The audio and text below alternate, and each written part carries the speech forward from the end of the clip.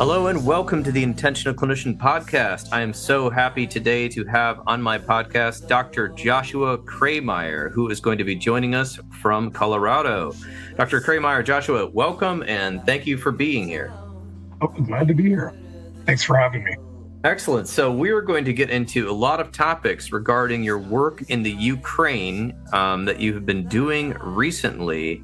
Can you tell me about, long story short, there's a giant clinic that's going to be opening up in Ukraine to help with trauma, all of the psychological and physical trauma that's going on, especially the mental health part of it. And you're a part of that. And so going backwards, we're going to get to more detail on that. But going backwards, can you let me know and the audience know kind of how you got involved with wanting to be a part of the healing for people over in Ukraine?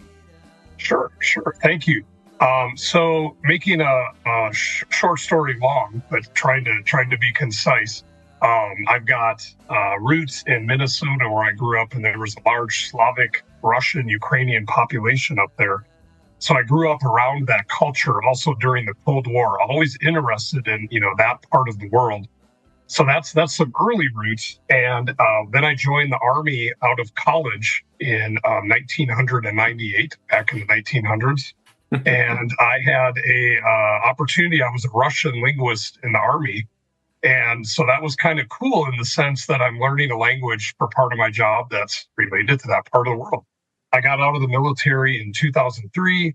And I remember being kind of prayerful about, like, why did I learn this? What's the point of knowing this language? And I was in southern Missouri at the time, not a lot of Russian speakers down there. But fast forward, I got injured in the military, transitioned, used a vocational rehabilitation program to become a counselor, got a master's degree in counseling. And I found an organization that helped people who adopted children from Russian-speaking parts of the world. I got to work with them in a mental health capacity, respond to schools and different things when the kids would have problems. I could translate for them and offer a mental health perspective.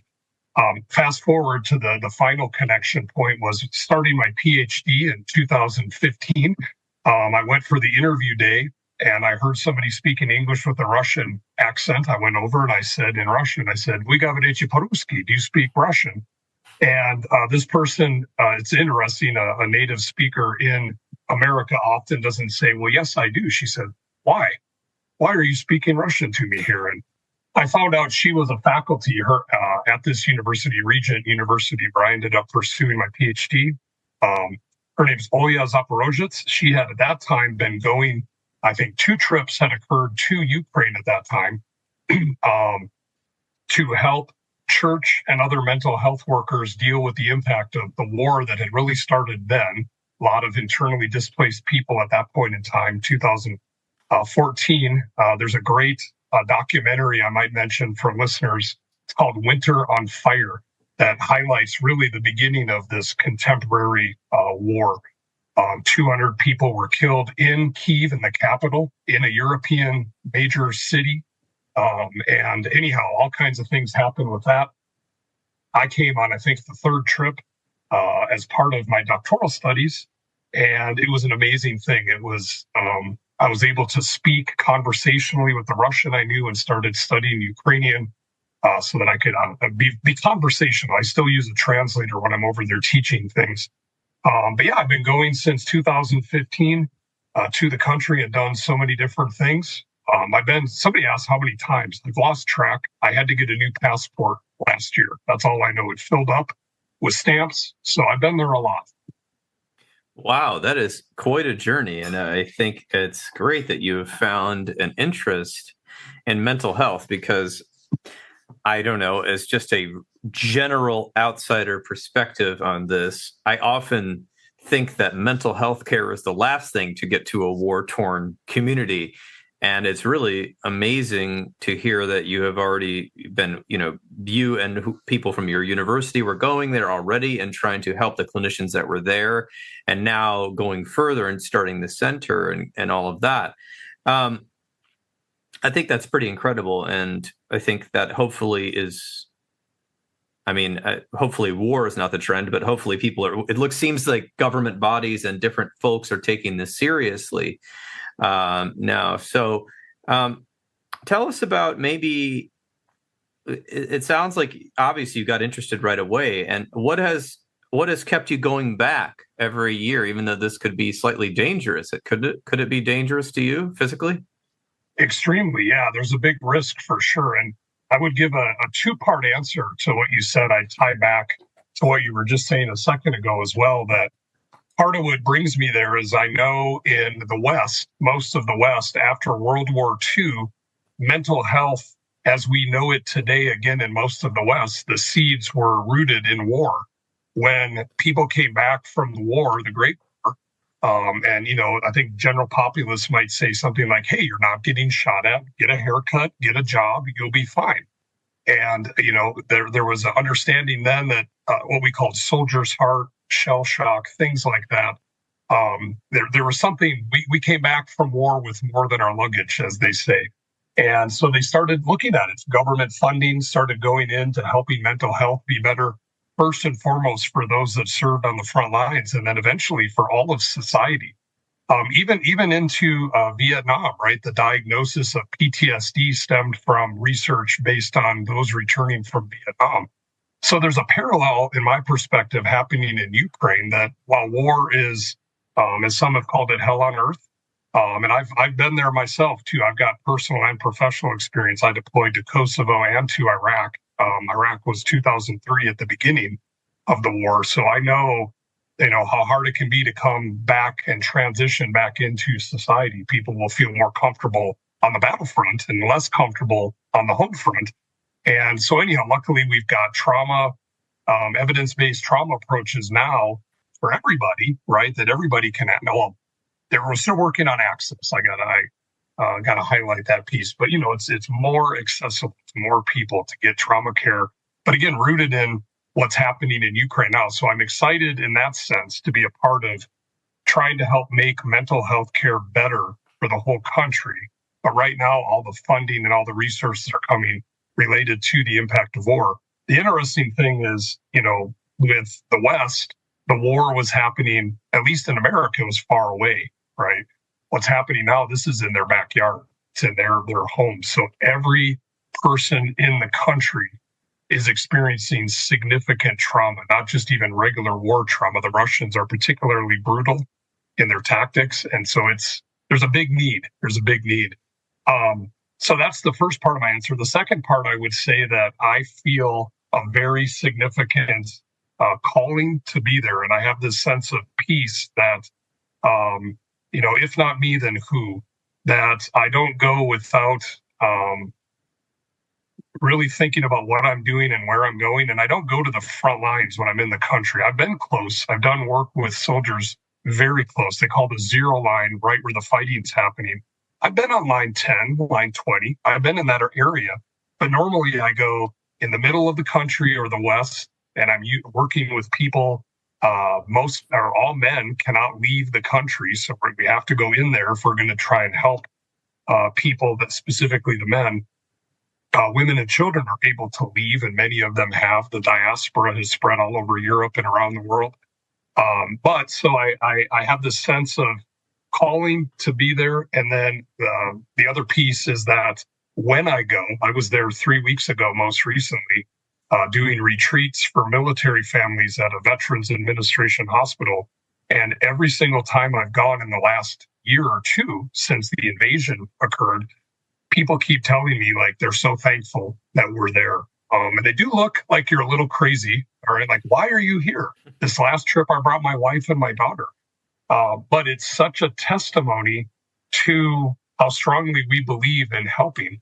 And they do tell us that they're burned out, but that they tell us they say, go back home so you can recharge and then bring that energy with you.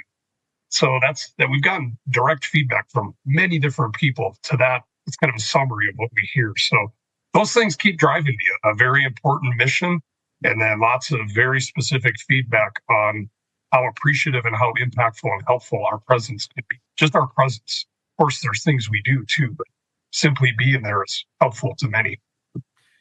Yeah, that's That's quite incredible. I just on the part one for the listeners, The Body Keeps the Score by Dr. Bessel van der Kolk really outlines the history of when scientists and medical doctors and before psychology was really a thing, were investigating shell shock from soldiers coming back from World War II and, of course, Vietnam and other wars, and how they started to kind of figure out the diagnosis of PTSD. So that's a very good link that you point out there, and it's starting with war again, but eventually to help the entire country, because as you said, now that the war has been going on for a while and is not just on the far edge, it's impacting everybody, and obviously just the idea of your country being at war and not having that stability could underlie and have a lot of trauma, even if you don't have any bullets or bombs or anything threatening to. Obviously, we know that these soldiers are not very nice to civilians if they find them, especially women and children, which is probably why they are leaving, and for safety reasons. And it sounds like you have a very a personal calling, it seems like, to be there and to lend your expertise. And I think this is a very good thing, because it can make a very large impact. Yeah, could you tell us about the kind of like the beginning of the program and how it's led to a bigger clinic and now even a bigger center? Kind of walk us through that a little bit. Yeah, sure, of course. So when I started going at the beginning trip, I was teaching. Anybody that's had a master's degree in any kind of mental health field would know we have classes we kind of call skills class or techniques. And it's really basic counseling techniques, such as paraphrasing something someone said to you, summarizing, reflective listening. There's another thing we call minimal encouragers, body language. These are things we train in our mental health programs. So I was teaching that class to a group of Ukrainians on my first trip. And again, at this point, they had already been calling it a post-bachelor's degree certificate in trauma therapy. So I was teaching the foundational level of basic counseling skills. Already during that first trip, people were talking in our meetings about it becoming more in a master's degree level training. So that was already happening by the time I jumped on board. And I forget the exact process, but I know at the end of my first trip, this amazing thing happened.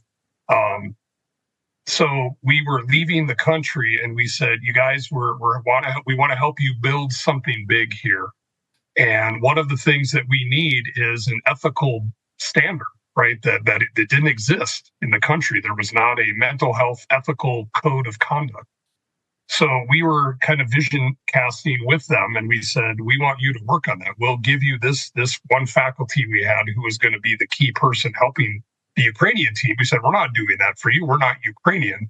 And also we were talking to them about being teachers and supervisors. So we were training the first ever counselors in the country. And we were also preparing them to take this over. We didn't want to be culturally imperialistic or, be there teaching forever. It's like we wanted them. So we were planting those seeds early on. When we left that first trip, we talked about the ethical code. We said, "Who will stand up and help with this?" And this lady stood up, and it felt like the movie Dead Poets Society when Robin Williams students stand up on their desks and say, "Captain, my captain." It's this very powerful, poignant moment. And that's what it felt like to me, because this student of ours stood up and she said, "I will fight for Ukraine." She didn't say, "I will help with the ethical code." She's like, "I will fight for Ukraine," with kind of her fist in the air. And I was like, wow, everybody's getting very emotional. So we left, and six different people stood up to be the ethical code committee for this country. And that code got passed and connected to mental health law a couple years later. So we started with that. We had also started thinking about licensing standards, which didn't exist at any level. So we were working on that. And professional organizations. They created not the ACA or the AAMFT. They created the League of Trauma Therapists. That's actually what they called their first professional organization. So all those seeds were planted on my first trip. As it progressed, I joined the kind of leadership team for our group. We collectively called it originally the Ukraine Project, based at Regent University and started to be tied to our clinic. Somewhere along the line, we decided we needed our own building and our own facility. We wanted to have a community-based clinic. We had been using a seminary that they gave us either free or low-cost options for using their space. We had a great relationship with them. They understood what we were trying to do and helped us where they could. But as we went forward, we started to think ahead on our own space. So on a train from Lviv to Kyiv, the capital, myself and two others on the back of a napkin, much like J.K. Rowling did creating Harry Potter, we wrote on the back of a napkin this diagram of what we'd want in a clinic. We started looking at places and found exactly that floor plan that we had drawn on this napkin. So we opened a clinic, and we called it Open Doors. I had two daughters with me on that trip. The oldest daughter made the website, which you should be able to access on the podcast notes here, Open Doors. And then my middle daughter, she wants to be an art therapist. She created the logo for us, and it's an open door. You can kind of see the logo when you look at the website. So we built the furniture, we built the programming, and we had a community-based clinic that our students and graduates could be in as interns. And then we started finding ways to create space for them to practice ongoingly as well. So Open Doors was the clinic. And somewhere around that time, we also developed the Institute. We called it originally the International Institute of Postgraduate Education. That houses our actual education program. We will call both of them together Open Doors when we're referring to both. But Open Doors has been running, and before the invasion 2 years ago, just over 2 years ago now, 2.5 years almost, in Ukraine, we had almost 200 trained trauma therapists behind enemy lines, helping people heal from trauma within the country. So I felt very proud about that. We got lots of feedback from clients, and we had waiting lists at different times for people trying to get in because the word started spreading that people were actually feeling better from the impact of the trauma they'd experienced. So from that foundation, Open Doors was asked by the government of Ukraine in a very fortuitous meeting that we had with different ministers. We had met with the Minister of Education and the Minister of Health at different times, and were asked to help build what they had called at one point a national PTSD center. And most recently, a couple of years ago, we got a grant, a NATO-funded grant, and we were able to purchase several hundred acres of land south of Kyiv, the capital, about 20 kilometers south of Kyiv. And we own the land, and we have enough money, I believe, to build the first building. We're talking about doing that now. And it's going to be a large multi-building campus that will have everything from physical rehab and TBI to lots of mental health options, a women's clinic, a children's clinic, family, inpatient and residential options. And we have that in the International Trauma Institute, which is another link you can find on this podcast. And yeah, so that's where we're at now. We're right in the middle of fundraising for that. We had original money to buy the land, like I said. And I would just add one final thing is that my wife and I actually purchased land about a 10-minute walk from this facility land. And we are working on building our own house in Ukraine so that we can be closer to all that's happening. My ultimate goal is to be there more, maybe not full time, but to be there more. And so we felt very strongly about doing that. We're able to buy our own land. And yeah. Wow, that's incredible. And so, yeah, at this center and at Open Doors, I for the therapists involved and the people that want to know about this, I want to get a little bit into some of the things you're doing. Now, I know you mentioned the experiential retreats for the veterans, and you actually have a book on that people can find on Amazon right now about experiential retreats. But we're also going to talk a little bit about prolonged exposure, cognitive processing therapy, and EMDR, also known as eye movement desensitization reprocessing therapy, that most clinicians use these for helping people with PTSD or trauma or adverse experiences. Do you want to get into some of that about any one of those that you want to talk about?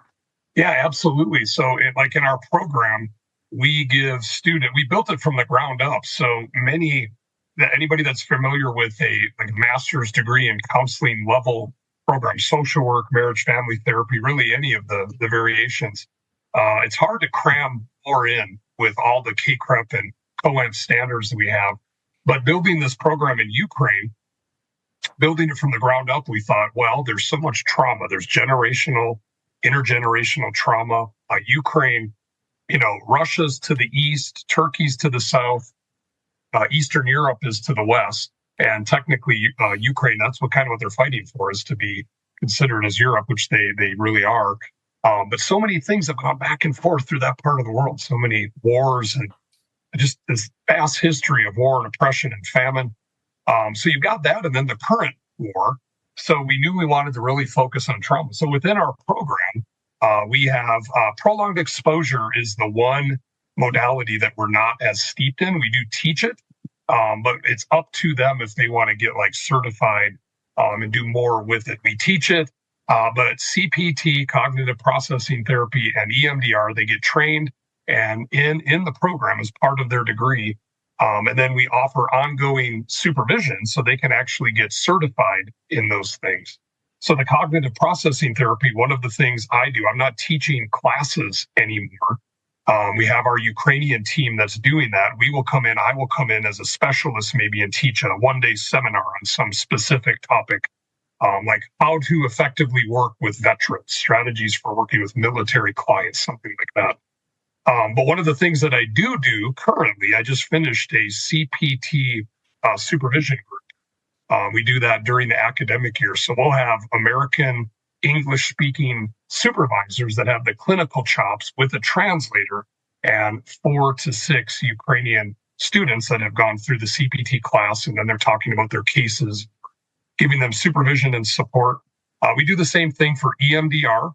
We started teaching EMDR under the HAP program, which is the Humanitarian Assistance Program. They allow you to teach EMDR even if you're not necessarily certified or credentialed with EMDR, if you're doing it for free or low cost in places of great need. So initially, that's what we did. We did bring in a certified EMDRIA, is the approving agency for EMDR. We brought in an EMDRIA approved trainer. And she did a lot of our initial trainings in EMDR. And those of us that were not EMDRIA, we didn't have that stamp necessarily. We provided the ongoing supervision and support for those students. And now we have EMDRIA connection to EMDRIA Europe. So we're officially official with EMDR. And we have our own clinicians that we've trained doing the supervision, which they call consultation in EMDR speak. So we're not really doing as much with that anymore, because that was the plan all along, to have them eventually do it. We just offer support wherever we can. But yeah, those are our two primary trauma modalities that we teach.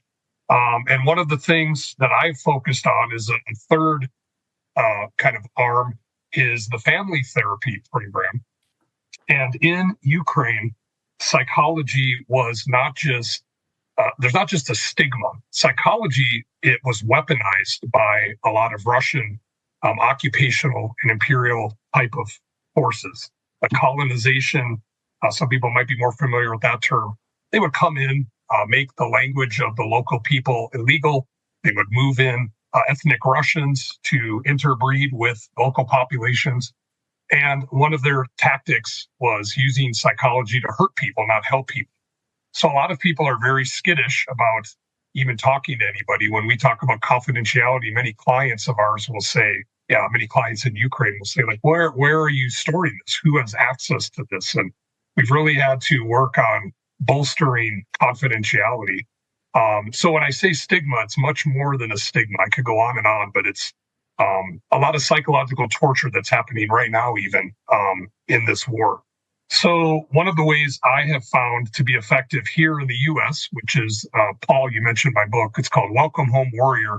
I developed an experiential retreat model for military families here in the U.S. Over years, I've been doing these retreats in Colorado since 2009. And I thought, this model could really work in Ukraine to help give some treatment and some trauma focus for family units, but also reduce the stigma of talking to a therapist. And we have found this to be true. I've done dozens of these retreats now in Ukraine with many different groups. Again, most recently, I was there doing them a few weeks ago, just west of the capital. And we find the same thing every single time. At the close of these retreats, we sit in a circle.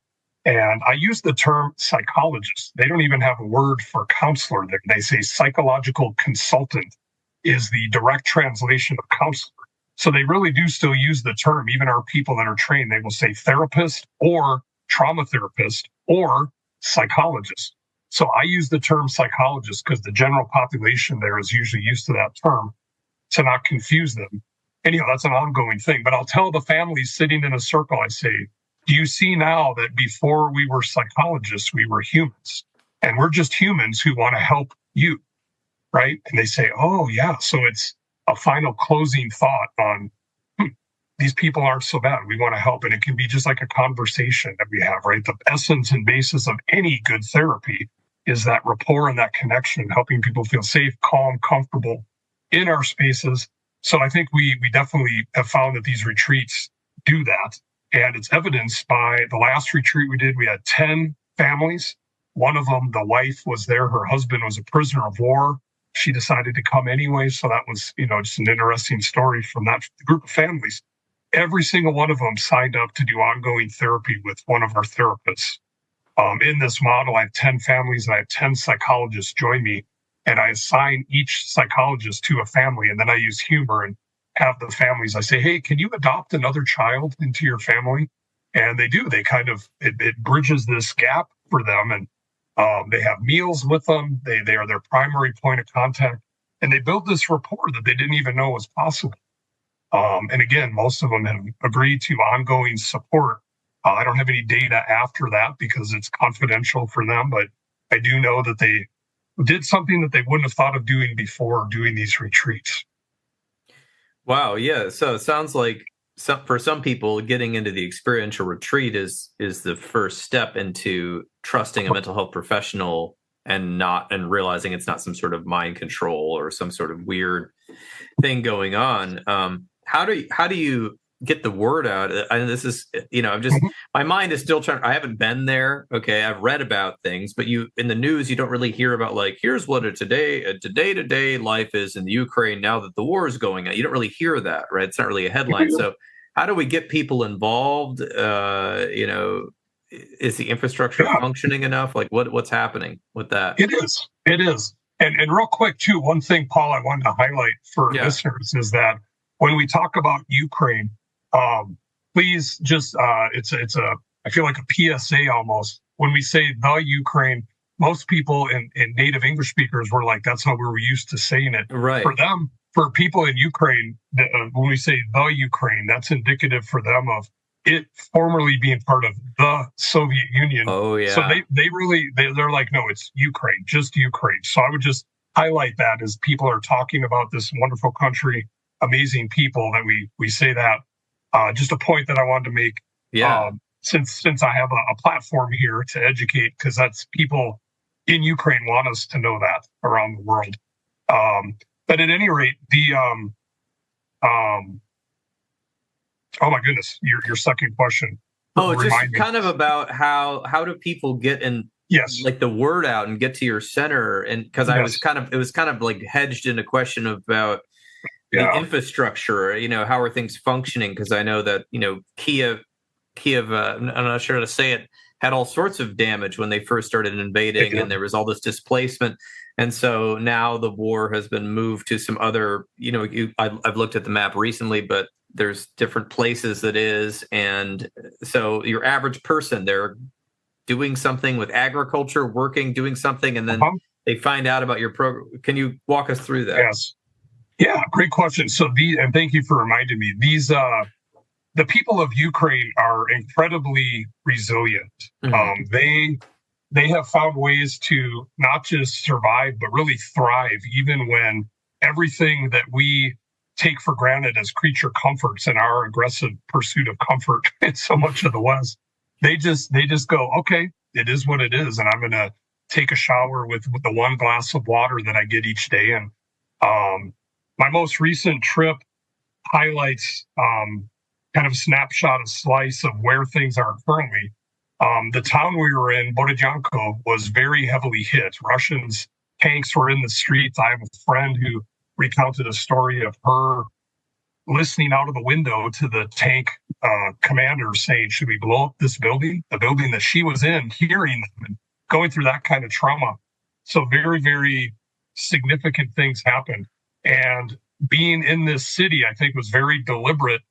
Now, when they asked us to do these retreats, the Department of Veterans Affairs of Ukraine, the Ministry of Veterans Affairs, asked us to do retreat in the newest hospital, standing exactly where the previous facility stood. And they rebuilt this amazing building as almost to give a certain finger to the east, kind of like, hey, look what we're doing. So they have this state-of-the-art, wonderful facility. And one of the first things they showed us was the state-of-the-art bunker or bomb shelter. Okay. So everybody there has gotten used to, and I did too. My wife and daughter were with me this last trip, like I said. Every single night, right about the time you'd fall asleep, you'd get an app on your phone and you'd hear it out in the streets, the air raid goes off, meaning that something is shot in that direction. But we didn't feel the ground tremble. We didn't see explosions, but it's like, get in the shelter because something could be coming towards you. So fortunately, we didn't, see the direct impact of anything, but we were safe. And we were also in a government facility where we were required to go into the shelter. So we had that shared lived experience that they've been doing for 2 years now, over 2 years. In fact, most of them don't even go to the shelter. One of our friends there said, this is the first time I've been in a shelter in months. They've gotten so habituated to this occurrence. And I actually had this experience being deployed in the Army too. After you get used to it, you're kind of like, that's not close enough. That's 100 meters up. I'll do something when it gets closer. So we kind of looked around, and if we saw our friends running, we would run. And if we saw them still on their phone, we would just kind of sit and do what we were doing. So they found ways to just farm, work, whatever, they were doing before. So that's kind of the day-to-day life. And getting help is, again, still stigmatized, but many more people are realizing that as strong and resilient as they are, you can only, like I had to do in Army basic training, hold 2 glasses of water straight out and not spill them, right, as a punishment for something. And I could only do that for so long before my arms started shaking and I was spilling the water. I've used that example with them, saying you can only not spill the water for so long, and they are starting to break in some ways. I've noticed the light that they have dimming some. So there's more and more people in search of something, and we are getting good with marketing everything from typical things we'd think of in any Western country, using technology, Facebook, targeted ads, word of mouth even. Flyers. We've used some old school strategies because some places the Wi-Fi won't be on, and so we'll have flyers. But we have a large network of military serving entities that we're also connected with, most importantly being their Department of Veterans Affairs that have the contacts to refer all the families for these retreats. So word is getting out that there are resources. Word is getting out that there are safe and secure places to talk about your problems. And most importantly, word is getting out that you don't have to be living in fear all the time. You can actually heal from trauma in significant ways. So I think that's probably the biggest marketing we do, is helping people heal and move from surviving to thriving. Yeah, that is incredible. I want to ask some more about the fact that a lot of the trauma is still going on, but I want to mention that the funding wise, the Ukraine Department of Education, Department of Veteran Affairs, UN has helped, the United Nations, and NATO has also helped contribute to some of these programs. Is that all accurate? Correct. Yeah. We've done some grants from NATO. These last retreats I did, the Ministry of Veterans Affairs funded some of it. We also had funding from the Canadian diaspora, which is Ukrainians that have fled the country and settled in Canada. They have sent financial support too. They funded I think that some of the families staying at the hospital and hotels, they funded that. And then, I worked with the United Nations has a branch called the International Office of Migration.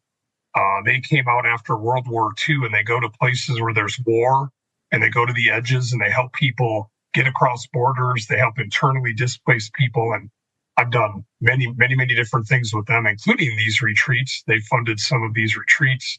I've done capacity building for the psychologists there through them. So, a lot of great international support financially. That's incredible. And so, this is where I want to go a little clinical for a minute. So a lot of times in the old manuals, they'll say, of course, this is the United States-based manuals. They'll say, you kind of have to wait to fully process the trauma until the trauma is over. And I know that that's ridiculous, because I totally help people who are in the middle of, a relationship breakup or, financial insecurity, and somebody they know is dying. I don't stop treatment. I just modify the treatment, right? I'm not going to go to the book, because we don't live in some fluffy little world. Now, this is in the US, so a little easy for me to say. The trauma, obviously every trauma is, of course, subjective to the person, but the level of exposure to multiple psychological, emotional, and physical elements in Ukraine, is likely to be very much more acute than here in the US. So can you tell me how you help some of these folks who say, okay, well, I'm doing this treatment, I'm feeling better, but what if something else happens, right? Like, what if... That's right. And it's amazing that you've hit that point. That is one of the biggest things we've been discussing as a group, as the leadership team, and so many of the great leaders that we've trained there, that all of the protocols and most of the evidence-based approaches, there's that sense of come to me for help after that thing has happened. You have the car accident, you're having trouble sleeping, you hear loud noises, come see me. Well, you're going to bed in a non-traumatized setting often. You're getting back to work, in many places that you have a lot of insulative protective factors around you that I think often help expedite the healing, right? Because you've got those supportive elements.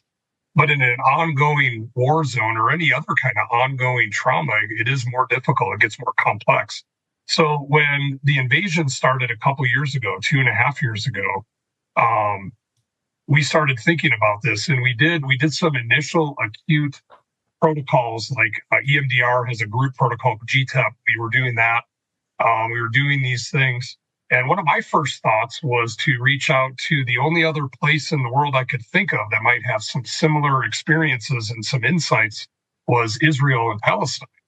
And this has proved to be a very fruitful connection. We've sent, in fact, we're sending someone soon again to go there. We've had teams going there to consult with them.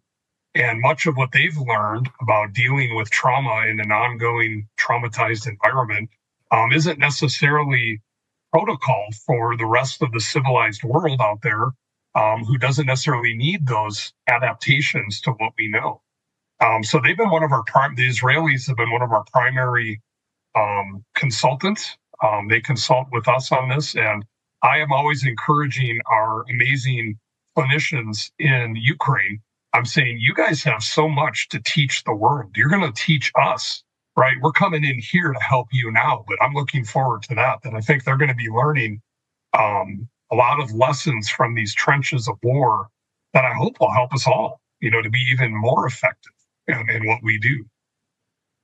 Yeah, that would be incredible. And the fact that the government is, really funding this and sees the value makes me wonder if some people who are affected by the war could be involved politically post-war, hopefully, whenever that is, to maybe help these things become even more embedded in the culture. And I think, I really do think that the newest research on these effective peer-reviewed evidence-based practices like EMDR and CPT, it's in the family therapy and the experiential stuff. It's incredible the results you get. And it makes talk therapy has always been effective, but it makes talk therapy look like not, it's like something on top of talk therapy. It's like talk therapy we know Yes. is highly effective.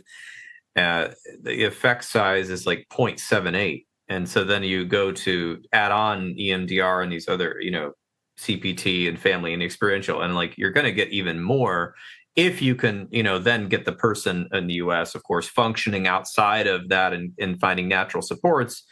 Obviously, that's a whole nother psychological lecture. But I Yes. think it's incredible because in this time of horrible trauma and divisiveness in Ukraine right now with the war, um, I'm assuming, like you said, they're going to come up with even more innovative things they're going to teach the rest of the world. And I do believe the U.S. the clinicians in the U.S. are doing a pretty good job at promoting this, and of course the government did put out the trauma-informed manuals, which have been useful. Yes. But I definitely think our schools in the U.S. and other institutes and organizations could benefit from utilizing some of these tools in different ways. But that's not what this podcast is about. But that just kind of encourages me a little bit to think about the fact that this is actually being taken seriously. It's being utilized, and it's being utilized before the war is over, before the trauma is even, not that the trauma is ever over, but that, I could see somebody going through EMDR therapy feeling so much better, and then one of their relatives gets killed. I mean, it's like a Mhm. re-trigger right there. But of course, That's then, right. more treatment is needed. And what are they supposed to do anyway? They've had to adapt to living here. This is where they live. And Yep. as you said, a lot of people have been displaced and moved, but a lot of people have not. Um, so, True. so tell me about. We've got it's a little bit of time left. You're a professor at Colorado Christian University, Yep. and you were, of course, in the Army. Uh, how are you holding up going over there? How do you intersectionally, culturally transition back and forth to Yeah. Colorado, which I've been there? It seems quite safe and tranquil. I was there in the spring, but tell me about, Yes. kind of how you've been dealing with the intercultural things going on Yes. in your life. Yeah, that's great. Thank you for asking. And I do have not really a protocol, but I always, when we teach and learn about trauma, we know that it affects the mind, the body, and the spirit. So I'm very deliberate about doing different things even as I'm flying and traveling, which, by the way, with the war going on, I have lots of time to decompress traveling because it can be up to 20 hours on a bus or train. You cannot fly into Kyiv right now. That airport is closed. So you're flying into Warsaw, Krakow, or Budapest. Those are the three primary areas. And then you got a bus or train across the border. They often stop you and wait at the border. My wife was stuck at the border one time, 12 hours. So while I'm transitioning that way, I'm very deliberate about doing not stimulating things on my phone. For example, I have some alpha wave brain things that I do. I have a meditation practice called the warrior meditation that I do, that I learned at a veterans retreat that I went to as a participant. Um, and these kinds of things. And then, when I get back, I do massage. I always have a massage scheduled for when I return, and a chiropractic as well. Those are things that help me. And then I do go to a church, so I kind of tend to my spiritual side too. And I always make sure to check in with some of my mentors, people that can speak in and fill up. So I try to be as deliberate as I can in treating all three of those areas every single time. And then check in myself too. I do my own counseling. So I check in with that person. And I make sure if there's any mental debris that I'm dealing with that, so it doesn't build up within me, so that I can keep pouring into others. And yeah, so I just very, very intentional about those things, knowing that I'm not immune from any of it. Um, and so far so good. I've been able to keep going back and pour in and get good feedback on what we're doing as being impactful and helpful. So Yeah, sounds very balanced. I mean, that's what I'm glad you are so open about that, because as a therapist, and I'm also a clinical supervisor and an EMDRI consultant, of course, that's what we call it.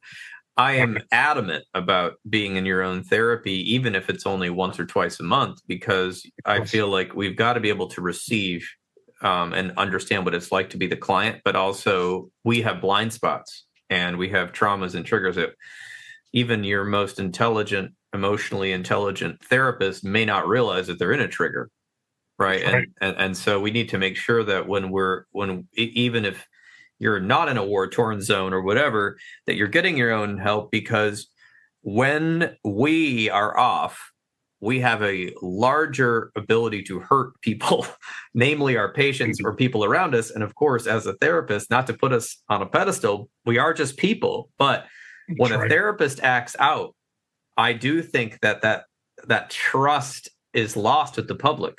And so I always tell therapists, I'm like, listen, if you hate this job, leave, go work at a bank, work somewhere else, work at Trader Joe's, do anything else, because it is become a teacher, we don't want you in the news. We don't want the board complaints.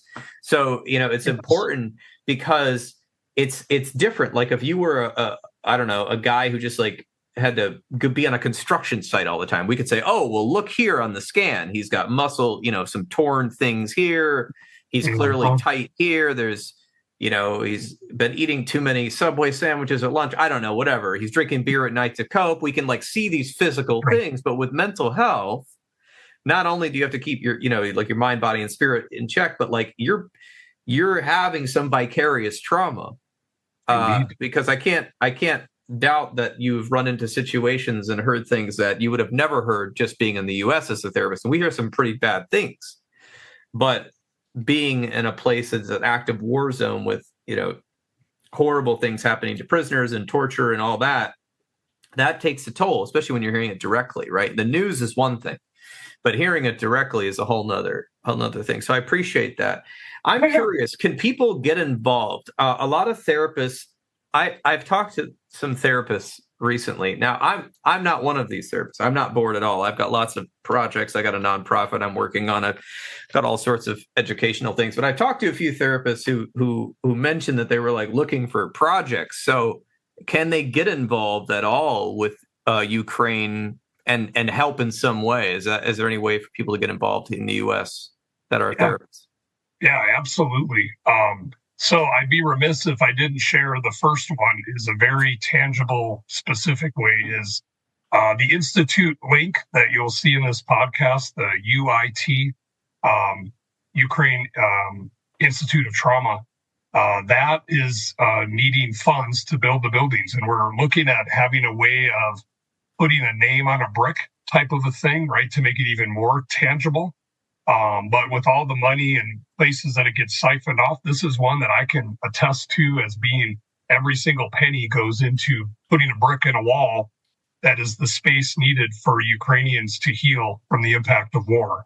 I've never taken money from our open doors. I volunteer every hundreds of hours. I volunteer. So, and many of us do that, right? We feel so strongly about what we're doing that we help how we can, sleep on couches, eat, cold cut sandwiches where we can. Anyhow, that's one thing, because we do need help with that. And if you know somebody that can write that big $1 million check, that's great. Then they can have the whole building named after them.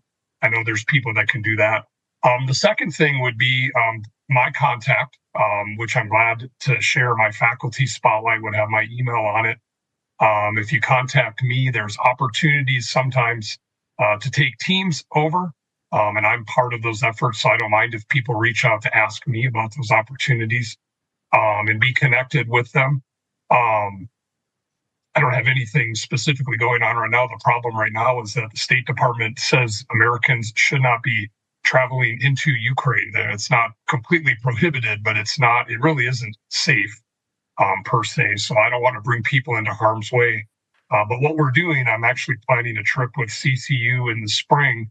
We're going to bring students over, but we're working with refugees in Budapest. We're going to be doing retreats for them, mostly women and children that have been able to flee the country. I think 800,000 refugees just in that country alone was one of the statistics I'd heard.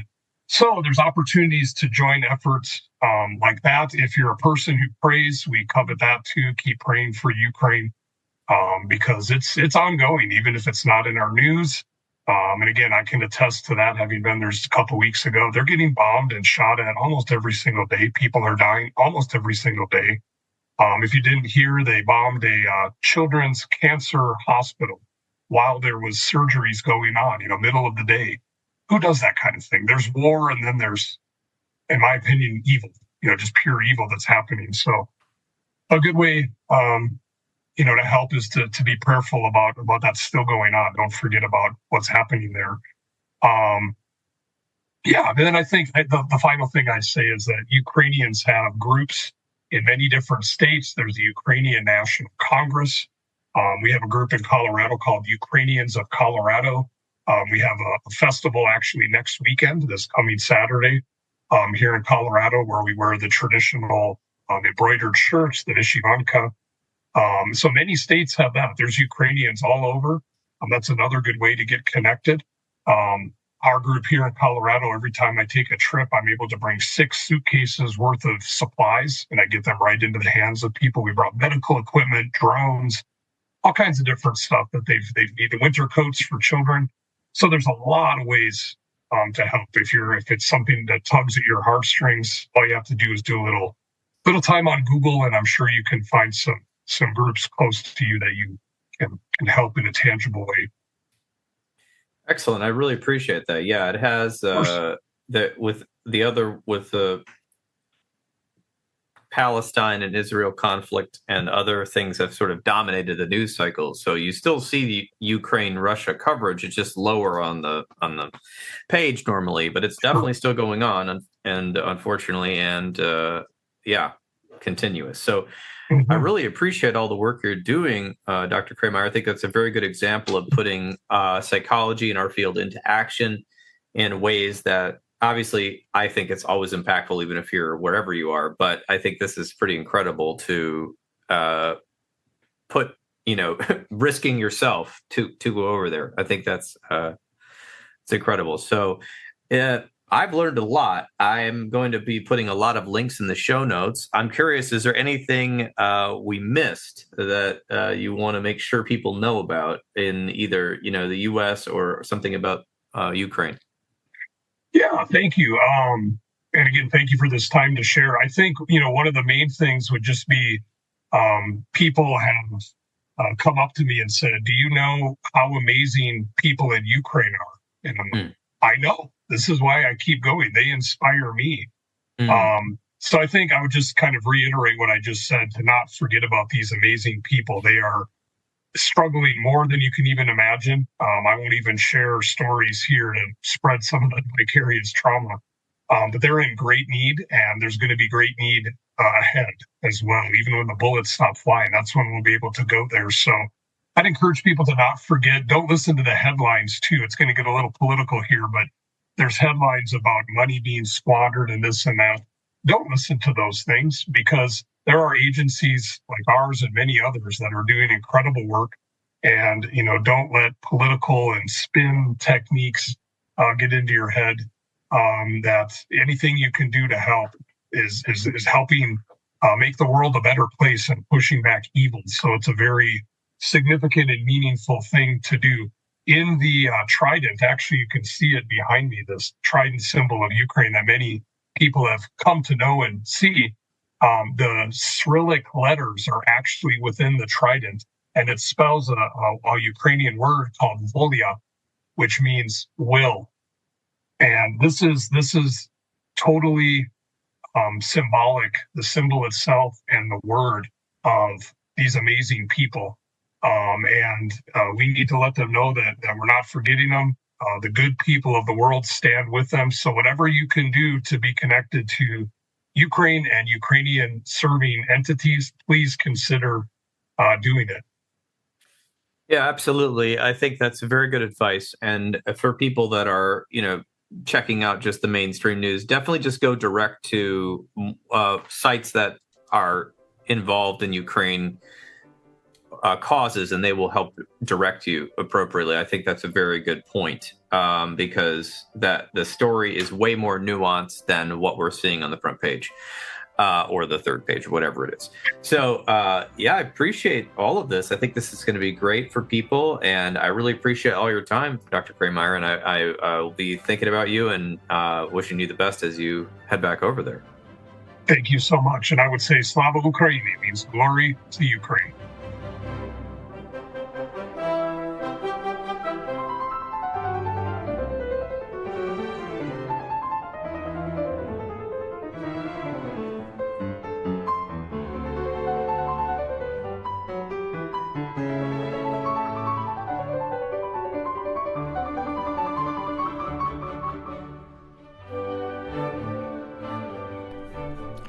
And there you have it. This has been another episode of the Intentional Clinician podcast. If you are enjoying the show, please leave us a rating on iTunes or share the show with people you know. I would surely appreciate it. As some of you know, I am passionate about preventing future violence in the United States. I have started a nonprofit with colleagues called the National Violence Prevention Hotline, which is a 501c3 organization.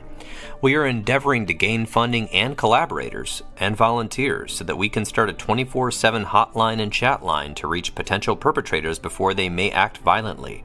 It is a bold effort to curb violence and save innocent lives by working to connect with potential offenders while they are in the planning stages of violence, help to de-escalate them, and provide resources so that they can get appropriate professional help. The National Violence Prevention Hotline is looking to open up a conversation about violence in society, the causes, and the solutions.